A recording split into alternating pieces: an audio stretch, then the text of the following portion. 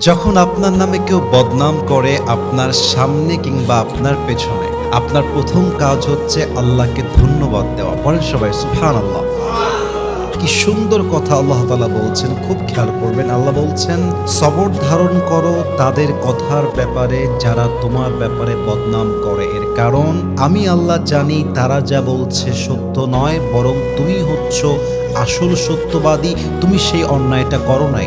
এবং মাথায় রাখবা, যখন তোমার নামে কেউ বদনাম করে তোমার লাভ হচ্ছে দুইটা। এক, তোমার সমস্ত গুনাহ তাদের আমলনামায় চলে যাবে এবং তাদের সমস্ত সওয়াব তোমার আমলনামায় চলে আসবে। সুবহানাল্লাহ। তো যারা বদনাম করবে তাদের জন্য আপনি আফসোস করবেন যে ইস রে, আমার ভাইটা বুঝে না, আল্লাহ আমার ভাইকে তুমি হেদায়াত দান করো। কিন্তু মানুষের বদনামের জন্য, অন্যের চরিত্র নষ্ট হওয়ার জন্য নিজের চরিত্র নষ্ট করা, এটা বোকামি ছাড়া আর কি।